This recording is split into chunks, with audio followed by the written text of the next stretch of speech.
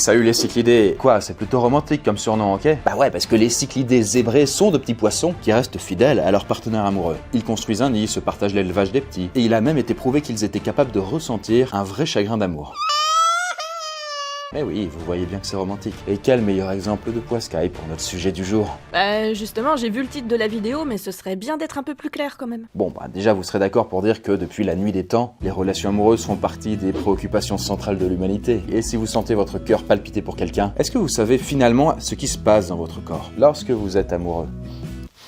Ça, c'est le doudou de mon chat. On peut pas dire qu'il ressent de l'amour pour lui, mais il y a une sorte de forme d'attachement en tout cas. Il sent la baffe de chat. Est-ce que vous savez par exemple que l'organe au centre de tout ce joyeux bordel sentimental, ce n'est pas votre petit cœur sensible, mais bien votre cerveau? Est-ce que vous pensez que l'amour, avec un grand A, pourrait durer une dizaine d'années, ou peut-être plus? Qu'est-ce que la science a à nous dire là-dessus? Pour voir ça ensemble, notre cher cobaye Gustave va être amené à expérimenter des choses plutôt agréable, enfin un petit peu moins désagréable que d'habitude on va dire, hein. Après je ne vais pas non plus tout vous dire.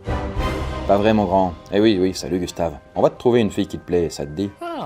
Et pour rencontrer l'âme sœur, Gustave pourrait très bien passer par une appli de rencontre. Justement Chris, voudrais-tu nous dire par le plus grand des hasards, quel est notre sponsor de la vidéo d'aujourd'hui? Bah écoute, ça tombe bien que t'en parles de manière aussi naturelle, puisqu'il s'agit de Fruits. Et Fruits, si ça vous parle pas encore, c'est une appli de rencontre un petit peu différente des autres, puisque tout commence par un fruit. Chacun des 4 fruits de l'appli représente ce que vous recherchez. Par exemple, les cerises, c'est pour trouver une relation sérieuse, alors que la pastèque, ça va être un peu plus pour des câlins, mais sans quelque chose de sérieux, donc plutôt une sorte de sex friend. Au moins, ça évite les quiproquos, puisque chacun montre sans ambiguïté ce qu'il vient chercher. Et ce qui est pas mal aussi, c'est qu'il propose un système de discussion assez décalé et amusant, pour vous éviter de galérer avec les éternels « Salut, ça va, tu fais quoi dans la vie ?» machin quoi. Je vous invite à essayer par vous-même. Bref, revenons maintenant à notre Gustave en mal d'amour. Est-ce que vous vous êtes par exemple déjà demandé si le coup de foudre existait vraiment? Avant qu'on commence, vous pouvez répondre à ce petit sondage qui s'affiche là ou là. Excusez-moi, je sais jamais. Peut-être que certains d'entre vous ont un avis déjà bien tranché sur la question. Et bien maintenant, préparez-vous à sentir des papillons qui vont voler dans votre estomac, puisque nous allons tenter d'expliquer des sentiments qui hantent l'humanité depuis toujours. Être amoureux pendant 10 ans, ça fait quoi?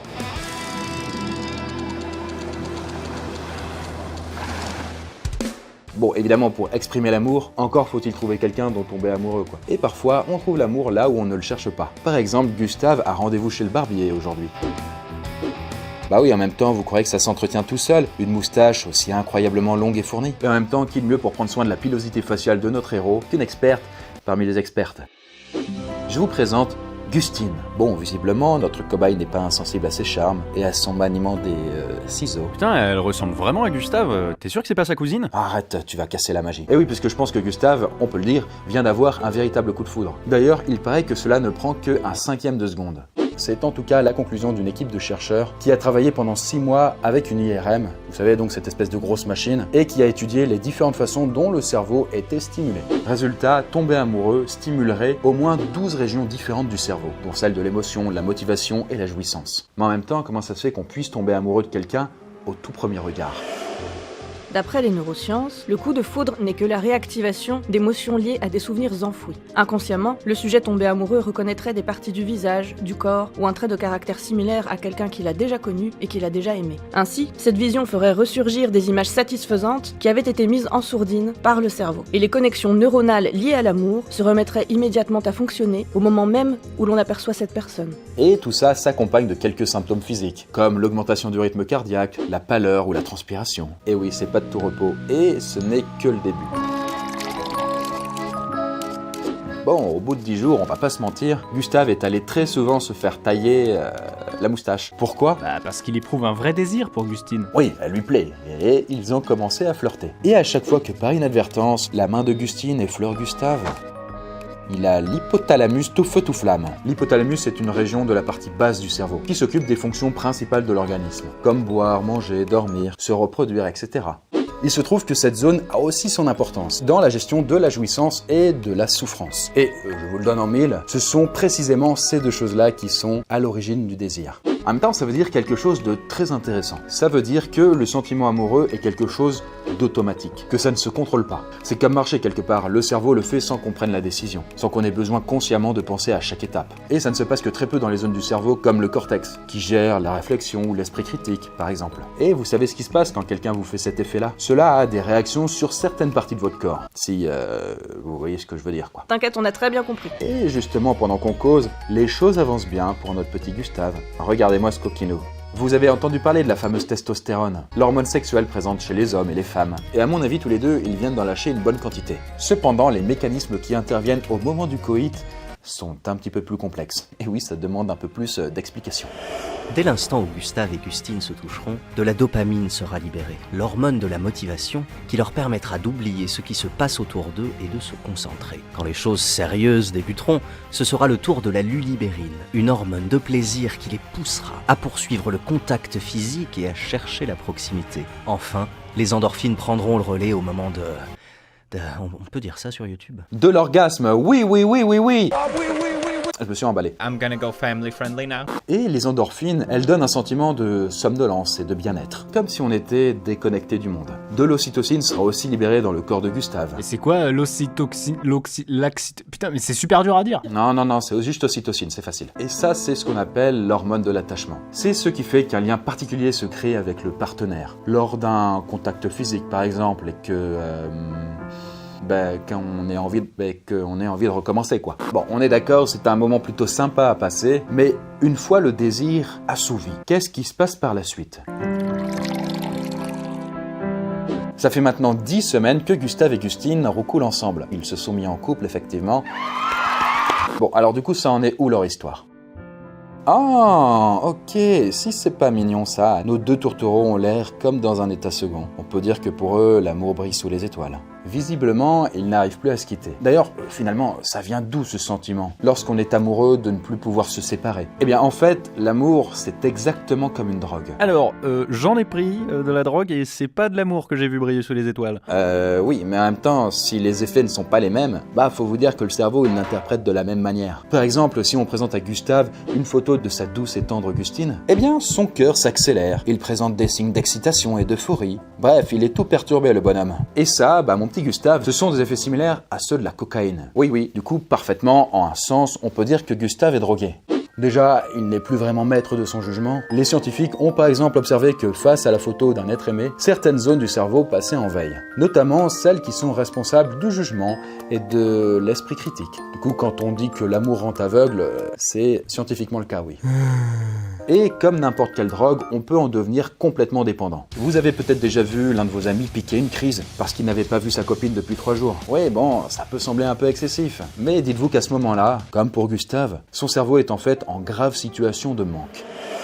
Lorsque quelqu'un est dans un état d'amour-passion, c'est le circuit de la récompense qui s'active dans son cerveau. C'est-à-dire qu'au contact de l'être aimé, la dopamine va anormalement circuler dans le corps, procurant un sentiment de plaisir intense que le sujet n'aura de cesse de réclamer. Concrètement, il court après une dose, un shot de bien-être, comme pour n'importe quelle drogue. Les zones qui s'occupent de la mémoire, comme l'amygdale, vont graver ce plaisir très profondément, dirigeant le sujet vers une seule envie, celle de retrouver cet état. Ah oui, ça ferait presque flipper, hein. Mais en même temps, peut-être que vous connaissez cette expression, on dit que l'amour dure 3 ans. Donc, techniquement, il est possible de rompre cette dépendance affective. Ou en l'occurrence, elle va se rompre toute seule. Alors, on va voir ce qui se passe après plusieurs années de relation. Voilà, 4 années ont passé. Nos 2 âmes sœurs passent une soirée tranquille devant un bon film. Et là, on se dit... Ok, mais elle est passée où la folie nuptiale? Oh, Gustave, t'as l'air bien calme mon pote là. Tu veux pas la dé... Ouais bon, du coup on est quand même pas mal loin des débuts enflammés quoi. C'est tout à fait normal. Vous voyez tout ce cocktail d'hormones qui les a fait s'agiter dans tous les sens depuis leur rencontre? Eh bien, comme on l'a un peu dit, il ne dure pas éternellement. L'amour-passion, cette déflagration de désir et de tremblement, ne durait que 4 années. Bah non mais ils vécurent heureux et eurent beaucoup d'enfants, c'est pas censé durer que 4 ans ça hein. C'est vrai, mais laisse-moi finir, tu vas comprendre. Alors déjà 4 ans, on suppose que c'est la durée optimale pour que 2 partenaires puissent procréer, se reproduire et élever leur progéniture de façon à ce qu'elle puisse être un minimum autonome. Un enfant de même pas 4 ans autonome? Non mais ça va pas dans ta tête. Écoute, j'ai pas dit que c'était vrai dans notre société, hein. Mais dites-vous que d'un point de vue évolutif, ça peut suffire pour garantir la survie de l'espèce. En l'occurrence nous, êtres humains, Homo sapiens.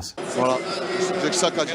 Et mine de rien, beaucoup de nos comportements, si ce n'est peut-être tous, sont fondés sur cet unique but, la survie. Ça expliquerait pourquoi, après ce laps de temps, eh bien nos hormones se calment, on est moins fougueux, moins dans l'urgence. Donc l'amour ça dure que 4 ans. Ok, cette vidéo est en train de me déprimer. Écoute, après, j'ai pas dit ça non plus, quoi. J'ai dit juste que l'amour-passion durait 4 ans, selon une théorie scientifique. Mais bon, même quand la fougue est partie, l'amour, lui, il reste. Et là, c'est ce qu'on appelle plutôt l'amour-attachement. Ça veut aussi tout simplement dire que vous n'êtes plus en transe amoureuse, on va dire, comme auparavant. Puis en même temps, regardez-les. Vous voyez bien qu'ils sont encore tout mignons, mais c'est un amour plus apaisé, on va dire. Et ça, on le doit à l'ocytocine dont on a parlé tout à l'heure. Attends, l'oxyto quoi? Je t'ai dit que c'est l'hormone de l'attachement. Maintenant tu vas écouter. Eh bien, combiné à la vasopressine, ces deux trucs-là forment une sorte de cocktail de fidélité et d'engagement. Des expériences ont notamment été faites sur des animaux, des campagnols. Et quand on leur injectait ces hormones, ils devenaient beaucoup plus proches les uns des autres. Et devenaient, par la même occasion, monogames. De base, je précise que c'est une bestiole plutôt solitaire, vous voyez. Bref, en tout cas, Gustave ressent toujours un bien-être inégalable lorsqu'il touche Gustine. Et ce qu'il faut retenir de ces mécanismes pour faire durer un couple, c'est qu'il vaut mieux rester proche physiquement, pas vraiment petit pote. Se faire des câlins et puis entretenir sa vie intime. Mais tout n'est pas terminé, pas encore. Bon, nous y sommes, les amis. Les amis. Cette fois, pour le bien de cette expérience, il va falloir que Gustave, qui, ne l'oublions pas, est quand même un cobaye, traverse une mauvaise passe. Et oui, parce que s'il est tout à fait possible que l'amour dure plus de 10 ans, et même toute une vie, il est aussi possible qu'il disparaisse complètement. Bah si, mon grand, tu sais, des fois, l'amour, ça ne suffit pas. Et puis, comme on dit... Non mais c'est pas toi, enfin t'as rien à te reprocher, c'est moi, et... enfin tu vois quoi. Et puis bon, vu comme il a l'air mal en point, j'ai même pas envie de lui dire que Gustine a déjà pris ses clics et ses claques. Et ben voilà, vous voyez, il vient de le découvrir. Mon pauvre petit. Ah voilà, pauvre vieux. Écoute, voilà, t'inquiète pas, tu vas te refaire quoi. Et en même temps, on va pas se moquer, car le chagrin d'amour qu'il est en train de subir active des zones de son cerveau qui sont les mêmes que lorsqu'on ressent une intense douleur physique ou psychologique. Et oui, c'est pour ça que ça peut parfois paraître insupportable. Et oui, et en plus, ça risque de durer un certain temps. Pour expliquer cet état mental, faut se rappeler de ce qu'on a dit tout à l'heure. L'amour, c'est une drogue. Et comment réagit un drogué lorsqu'on lui supprime sa dose? Eh ben, spoiler, pas très bien. En fait, il devient obsessionnel et incapable de penser à autre chose. Et oui, étant devenu dépendant aux endorphines et aux autres hormones du bonheur, le cerveau est désormais en état de manque. Il cherche donc désespérément sa récompense et il est prêt à se procurer un peu de ce sentiment de légèreté, coûte que coûte. Sans sa dose, il peine à avancer, il a du mal à se concentrer et il est incapable de fonctionner normalement. Et dans ces cas-là, un simple rappel peut suffire à déclencher la panique. Une photo, une odeur, un souvenir. Et c'est pas Gustave qui dira le contraire. Enfin, Gustave, s'il te plaît, lâche un peu ce peigne à moustache, tu deviens ridicule. Heureusement quand même, il devrait finir par s'en remettre. Tout comme on finit tôt ou tard par se sevrer d'une addiction. Le cerveau est quand même mine de rien capable de modifier nos comportements pour nous permettre de tourner la page et de nous mettre en quête d'un nouveau partenaire par exemple. Et selon les chercheurs de l'université de Saint-Louis et de Cincinnati, ce serait même valorisé par notre espèce. Bah oui, les individus capables de se défaire de quelqu'un pour aller procréer avec quelqu'un d'autre donnent plus de chances à l'espèce de survivre. C'est aussi bête que ça quoi. Donc pour l'évolution, il est nécessaire qu'on soit capable d'oublier nos ex et de débuter de nouvelles relations. Bon, pas de quoi se faire de bile alors. Tout finira par s'arranger. Survivre à une rupture amoureuse, c'est un mécanisme ancré en nous depuis longtemps. Même si, bien sûr, il arrive que le choc psychologique cause des dommages qui durent pendant plusieurs années. Je sens bien que vous voulez qu'une fin heureuse arrive pour ce cher Gustave. Après tout, dans la dernière vidéo, on l'avait quand même buté. Du coup, on va faire un petit effort, regardez. Et ben voilà, ils se sont rabibochés. Finalement, peut-on dire que l'amour est plus puissant que tout? C'est comme ça qu'on aime les voir, en attendant de te faire torturer dans une prochaine vidéo. Et bien voilà, on a vu ce qui se passait dans notre cerveau, lorsqu'on tombait amoureux, lorsqu'on désirait quelqu'un et même lorsqu'on avait une peine de cœur. Mais tous ces noms d'hormones, ces zones du cerveau, ça fait un petit peu chimiste de première S quoi. C'est juste des explications à ce qu'on ressent. En réalité, il est encore difficile de connaître les raisons exactes qui déclenchent tous ces mécanismes. Et contrairement à d'autres espèces, nous possédons une conscience qui permet de rendre chacune de nos actions uniques et de faire des choix selon nos expériences, notre vécu, ce qui crée plein d'autres connexions cérébrales qui rentrent aussi en compte. D'ailleurs, vous, comment voyez-vous la chose? Est-ce que pour vous, l'amour n'est qu'une invention de l'être humain pour expliquer simplement la façon dont il choisit ses partenaires pour se reproduire? Ou existe-t-il quelque chose de plus grand, des attractions et des actes inexplicables, qui en feraient un sentiment unique sur cette terre?